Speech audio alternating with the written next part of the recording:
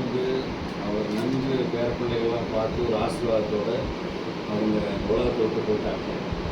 வேதத்தில் வேதாமத்தில் நீங்கள் மனுஷன் உண்டாக்கப்பட்ட நோக்கம் என்ன, மனுஷன் எதுக்கு வாழுகிறான், எங்கே போகிறான் அப்படின்னு சொல்லி இந்த வேதாமத்தில் நல்லா தெளிவாக எழுதப்பட்டது.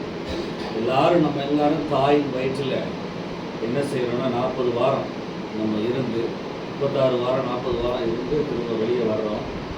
வந்து இளமை பருவம் வாலிப பருவம் எல்லாம் முடிச்சுட்டு மூப்பு பேரம் பேத்தி தலைமுறைகளை பார்க்குறோம். சிலர்லாம் பேத்தி பிள்ளைங்கள் கல்யாணம் பண்ணுறதெல்லாம் பார்க்குறாங்க. வெளிநாடுகள்லாம் ஜப்பான் நாட்டில் எல்லாம் பார்த்தீங்கன்னா 120 வயசு 120 வயசில் அவங்க 35,000 பேர் 1,00,000 பேர் இருக்காங்க, இருந்து பார்த்துட்டு போகிறாங்க. இந்த லாங்கிவிட்டி, அதாவது ஒரு மனுஷனுக்கு வாழ்நாளை கூட்டி கொடுக்குறது அதுக்கு ஆண்டவருடைய கருத்தில் இருக்கிறது, கடவுள் தான் கொடுக்குறாரு. இந்த வாசிக்கப்பட்ட வேத பகுதியில் மரித்தோர் உயிர்த்தெழுதல் அப்படின்னு சொல்லி அப்போஸ்தலனாகிய பவுல் அடியார் அவர் என்ன செய்கிறாருன்னா எழுதுகிறார், சபைகளுக்கு எழுதுகிறார். ஒரு மனுஷன் இந்த பூமியில் வந்து பிறந்து வாழ்ந்து மறித்த உடனே அவனுடைய சாப்டர் அவனுடைய புக்கு முடிஞ்சுறது கிடையாது. அதுக்கப்புறம்தான் ஒரு பிகினிங் ஒரு மனுஷனுக்கு உண்டாகும். ஏன்னா அவனுடைய ஆவி ஆத்மா சரீரம் மூன்றும் என்ன செய்யுதுன்னா கடவுளால் கொடுக்கப்பட்டது. அது வந்து ஆவி ஆத்மான்னு சொல்லுவாங்க, மனுஷ ஆவி அப்படின்னு சொல்லுவாங்க. 1 தெசலோனிக்கர் 5:23 சொல்லியிருக்கு, உங்கள் ஆவி ஆத்மா சரீரம் குற்றமற்றதாக காக்கப்படுவதாக.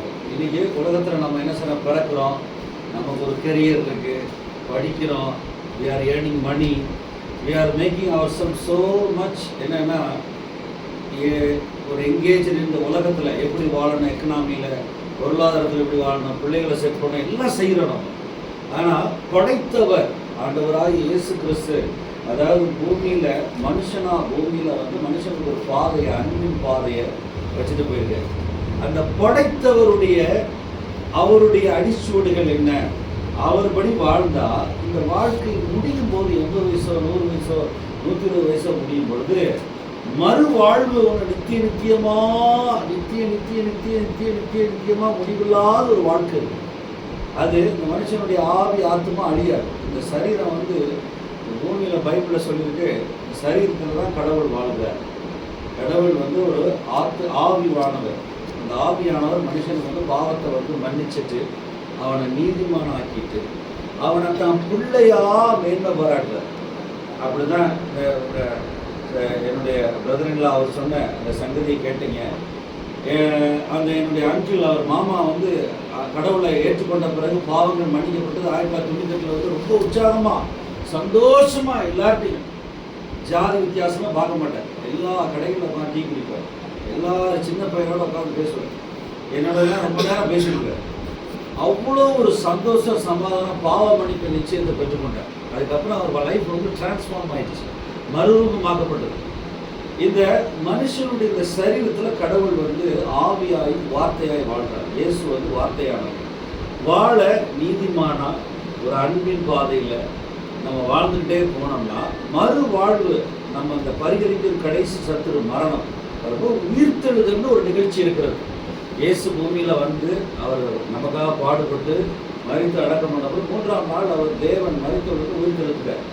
இந்த விசுவாசம் நம்பிக்கை உள்ளவர்களுக்கு மரணம் வந்து ஒரு கேட்வே. மரணம் என்பது ஒரு நுழைவாசல் பரலோகத்துக்கு போகும்.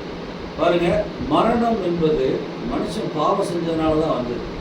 இன்னைக்கு நிறைய பேர் வந்து உலகத்தில் கடவுள் படைத்தவர், அதாவது சிருஷ்டிப்பு உலகத்தில் இருக்கிற பார்த்தீங்கன்னா பூமியில் இருக்கிற மலைகள், மிருகங்கள், இந்த தண்ணீர் ஓடைகள் எல்லாமே சொல்லுது படைத்தவர் ஒருத்தர் இருக்கார். ரோமரில் சொல்லியிருக்கோன்னா படைப்பே படைத்தவரை சொல்லுது, மனசாட்சி சொல்லுது கடவுள் ஒருவர் இருக்கிறார். பிக் பேங் தியரிலாம் சொல்கிறாங்க, there is a external force, ஒரு பிக் பேங். இன்றைக்கெல்லாம் அறிவியல் பெருகி போய் சூரிய குடும்பமாக இந்த 9 கோள்கள் வந்து நூற்றுக்கணக்கான கேலக்சியில் வானவெளியில் நூற்றுக்கணக்கான சூரிய குடும்பம் இருக்கான். இப்போ ரீசெண்டாக போன வாரம் செய்தித்தாளில் என்ன பூமி மாதிரியாவே உயிரினங்களும் பூமி மாதிரியாவே மிருகங்களும் வாழ்கிற ஒரு கோளை கண்டுபிடிச்சிருக்காங்களாம். நம்ம மனுஷன் வந்து ஒரு வரையறுக்கப்பட்ட ஒரு டைம் ஜோனில் வாழுகிறான். ஆனால் இந்த விசுவாசிக்கும் போது பாவ மன்னிப்பு நிச்சயத்தை பெறும் பொழுது நம்முடைய வாழ்க்கையில் ஒரு மரித்தோர் உயிர்த்தெழுதல் ஒரு நம்பிக்கை இருக்குது. இந்த வாழ்க்கைக்கு அப்புறம் எங்கே போகிறோம்? எனக்கெல்லாம் நல்ல ஒரு நம்பிக்கை இருக்கிறது. கடவுள் வந்து எனக்கு ஒரு நம்பிக்கையை கொடுத்துருக்காரு. இந்த உலகத்தை விட்டு போகும்போது அங்கே ஒரு நித்தியமான பரிசுத்தவான்கள், நீதிமான்கள். நான் என்னுடைய தாயார் மரித்து போனாங்க 2012 ஆகஸ்டில். அவங்களோட கடைசி ஒரு வருஷம் நான் இருந்தேன். அப்போ இருக்கும்போது நிறைய காரியங்கள் நாங்கள் பேசினோம். ஏன் வியாதி வருது, ஏன் மனுஷன் அவதிப்படுறான், ஏன் ஆஸ்பத்திரிக்கு போகிறான், இந்த சரீரத்தில் பாவத்தினால தான் வியாதி வருது. டாக்டர்கிட்ட போகிறோம், சுகமாக்குறாங்க, திரும்ப வியாதி வருது. ஆனால் இந்த சரீரம் விட்டு போகும்போது, இந்த சரீரத்தை விட்டு இந்த ஆவியும் ஆத்மாவும் மேலே போகும்போது, பைபிளில் ஒரு நல்ல ஒரு கதை, ஐஸ்வர்யவான் ஒரு லாசர், 2 பேர் இருந்தாங்க. ஒருத்தர் நல்ல ரிச் மேனாக நல்லா சம்பாதிச்சு நல்லா வாழ்ந்தார் 5 சகோதரர்களோட.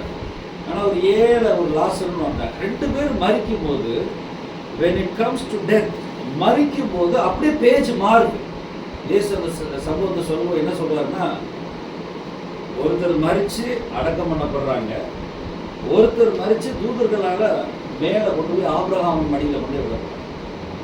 பார்த்தீங்கன்னா நமக்கு ஒரு நம்பிக்கை வேணும், ஒரு விசுவாசம் வேணும். அப்படின்னா இந்த பாவ மன்னிப்பு நிச்சயத்தை பெற்றவங்க மறிக்கும் போது எங்கள் கிறிஸ்தவர்களில் எங்களுடைய வாழ்க்கையில் நாங்கள் ரொம்ப அழுது துக்கப்பட மாட்டோம். நான் என்னுடைய தாயார் மரித்ததை நான் பார்ப்பேன். என் தாயார் அடக்கம் பண்ணும்போது நான் சொல்லிட்டு சொன்னேன், எங்கள் அம்மா ஒரு நாள் பார்ப்பேன், அவங்கள நேராக பார்ப்பேன், மரித்தோர் உயிர்த்தெழுதலில் பார்ப்பேன். அதுபோல் அந்த அங்கிள், அந்த பெரிய சாமின்ற லாசர், அந்த அங்கிள் அவங்க கடவுள்கிட்ட போயிருக்கிறாங்க, அவங்க பரலோகத்துக்கு போயிருக்காங்க. அந்த நம்பிக்கையோட தான் போன வாரம் போய் நான் பார்த்துருந்தேன் சங்கரன் கோயில். இந்த நம்பிக்கை நமக்கு கொடுக்குற ஒரு ஆண்டவராக இயேசு கிறிஸ்து. இந்த வாழ்க்கை வந்து ஒரே வாழ்க்கை. ஆனால் அந்த வாழ்க்கையில் என்னென்ன நம்ம செஞ்சோமோ அது வராது. ஆனால் என்ன வரும் அப்படின்னா, கிறிஸ்துவை போல அன்பாக நடந்து, மற்றவர்களை மன்னிச்சு, மற்றவர்களை ஆசீர்வதிச்சு, மற்றவர்களோட கூட, அதாவது நமக்கு எதிரி வந்து சாத்தான்னு ஒரு ஆள், மனுஷர்களே கிடையாது. மனுஷர்கள் நமக்கு எதிரியே கிடையாது.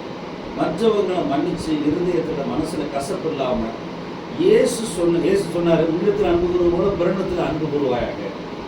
ஒருத்தர் உனக்கு வந்து 1 லட்ச ரூபா வந்து ஏமாத்திட்டு பண்ண, நான் அவனை மன்னிச்சிரு, நான் உனக்கு 10 லட்ச ரூபா தருவேன், 1 கோடி தருவேன்னு சொன்னேன்.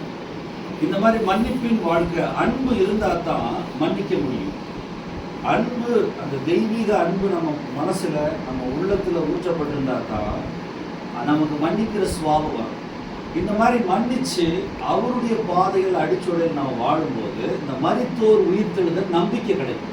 நான் பல ஊர்களுக்கெல்லாம், இலங்கை, நேபாள், தாய்லாந்து, மியான்மார், இந்த இடங்கள்லாம் போயிருக்கிறேன். இங்கெல்லாம் போய் மனுஷனுடைய வாழ்க்கை, அன்றாட பாடுகள், அன்றாட பலவீனங்கள், ஒவ்வொரு ஊரில் ஒவ்வொரு கல்ச்சர் இருக்குது. ஒவ்வொரு மனுஷனும் பிரயாசப்படுறான், பலவிதமான மொழிகள்லாம் பேசுகிறாங்க.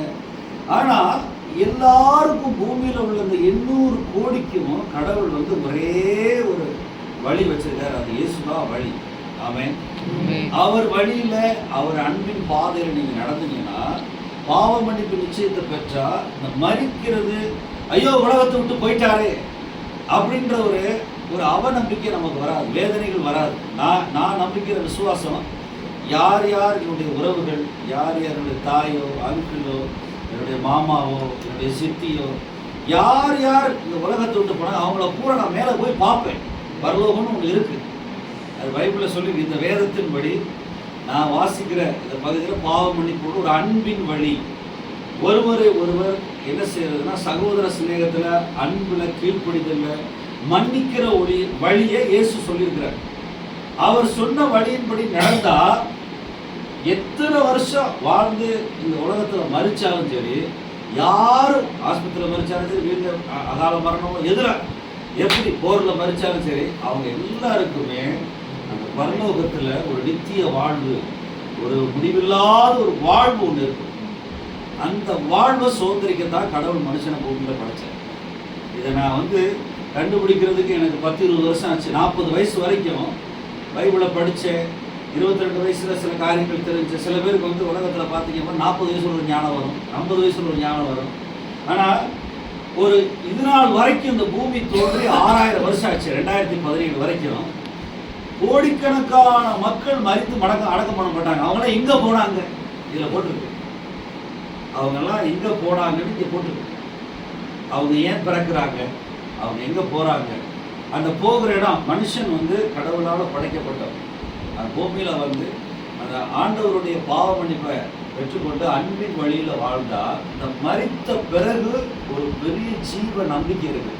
அந்த நம்பிக்கையினால நாங்க இந்த வீட்டாரை ஆசீர்வதிக்கிறோம். உயிர்த்தெழுதல்ல ஒரு நாள்ல இந்த அங்கிள் பெரியசாமியை நம்ம பார்ப்போம். ஆமென். அவரை சந்திப்போம். அநேக நேரங்களில் இதுதான் ஒருவருக்கொருவர் நாங்கள் ஆறுதல் கொடுக்குறது. ஆண்டவருடைய பாதைகள் வழிகள் எல்லாம் பார்த்தீங்கன்னா மனுஷனுக்கு ஒரு நல்ல ஒரு ஜீவ நம்பிக்கை, ஒரு நீதியின் கிரீடம் அங்கே வச்சிருக்கிறார். அநேக புஸ்தகங்கள் பரலோகத்தில் இருக்கு, ஞாபக புஸ்தகம் இருக்கு, ஜீவ புஸ்தகம் இருக்கு. அதில் எல்லாருடைய பேர் எழுதுவார் கடவுள். ஆண்டவர் என்ன செய்வாரா? பேர் எழுதி வைப்பார். இந்த பூமியில பைபிளில் ஆண்டவர் இயேசு கிறிஸ்து சொல்லும்போது ஆவியில் எளிமையுள்ளவர்கள் பாக்கியவான்கள், நீதியின் மேல் பசுதாகம் உள்ளவர்கள் பாக்கியவான்கள், சமாதானம் பண்ணுகிறவர்கள் பாக்கியவான்கள், அவர்கள் தேவனுடைய புத்திரர் எனப்படுவார்கள். பரிசுத்தமா இல்லாம யாரையும் தேவனை தரிசிக்க முடியாது. ஒரு மனுஷனை பாவங்கள கழுவி அவனை அன்புக்குள்ளையும் அவனை மூடி பாதுகாத்து அவனை பரலோகத்துக்கு கடவுளே எடுத்துக்கிறார். இந்த பைபிளில் கிட்டத்தட்ட போட்டிருக்கு. கிட்டத்தட்ட உலகம் தோன்றி ஏறக்குறைய இயேசு கிறிஸ்து வரைக்கும் 46-45 தலைமுறை. அதுக்கப்புறம் இந்த 2000 ஒரு தலைமுறை அப்படின்னு சொன்னா 70 வருஷம். ஒரு தலைமுறைன்றது ஏறக்குறைய 70 வருஷம். 70 வருஷம் அப்படின்னால அது முடிஞ்சிச்சுன்னு அர்த்தம். ஆணோ பெண்ணோ அந்த 70 வருஷத்துல அவங்க பேர பேத்தியெல்லாம் பார்த்துருவாங்க. இந்த மாதிரி 6000 வருஷத்துல 7 49 490 400 அப்படி பார்த்தீங்கன்னா நிறைய தலைமுறை. இந்த தலைமுறையில ஆபிரகாம்ல இருந்து மோசே வரைக்கும், மோசேல இருந்து சிறைப்பட்டுக்கு போகும் காலம் பாபிலோனுக்கு எல்லா தலைமுறையில் போட்டிருக்கு. எல்லா தலைமுறையிலையும் மரித்து அடக்கம் பண்ணப்பட்டவங்க பரலோகம் போயிருக்காங்க. ஆமே. நம்பிக்கை, பரலோக நம்பிக்கை கொடுக்கிறவர் இயேசு கிறிஸ்து ஒருவரே. மரித்தோர் உயிர்த்தெழுதல்னு ஒன்று இருக்கிறது. ஆமே. நாங்கள் இந்த வீட்டார ஆறுதல் படுத்துக்கிறோம். சமாதானம் உண்டாகட்டும். அநேகர் ஐயோ திடீர்னு போயிட்டாரு, என்னை விட்டுட்டு போயிட்டாரு அப்படின்னு நம்ம சொல்றதை விட்டுட்டு, அதாவது தவறான துக்கம் இருக்கு, நல்ல துக்கம் இருக்கு, மனக்கசப்புன்னு வேற இருக்கு, உண்மையான ஆனந்த கண்ணீர்னு இருக்கு. உண்மையிலே அநேக உறவுகள் இந்த உலகத்துல தாய் தகப்பன்னா கடவுளால வந்த உறவுகள். இந்த உறவுகளை யாரும் பிரிக்க முடியாது. ஆனா உறவுகளுக்குள்ள பிரச்சனை இருக்கு. எதுனால? காசு, பணம், சொத்துக்கள். இந்த உலகத்துல $1 கூட $1 கூட கொண்டு போக முடியாது யாருமே. இங்க நம்மளை எதுக்கு கடவுள் வச்சிருக்கிறாரு அப்படின்னு சொன்னா, சம்பாதிக்கிறத நன்றா செலவு பண்ணி நல்ல ஒரு உக்ரானக்காரனாக, நல்ல ஸ்டூவர்ட்ஷிப்பா, மேனேஜரா நம்ம வாழ்ந்துட்டு போக கடவுள் வச்சிருக்காரு. ஆமே. நீங்க எத்தனை கோடி வச்சிருந்தாலும் சரி, நீங்க எலன் மாஸ்க் ஒரு பெரிய உலகத்துல ஒரு நாளைக்கு 10-20 கோடி பேங்க்ல விழுந்தான்.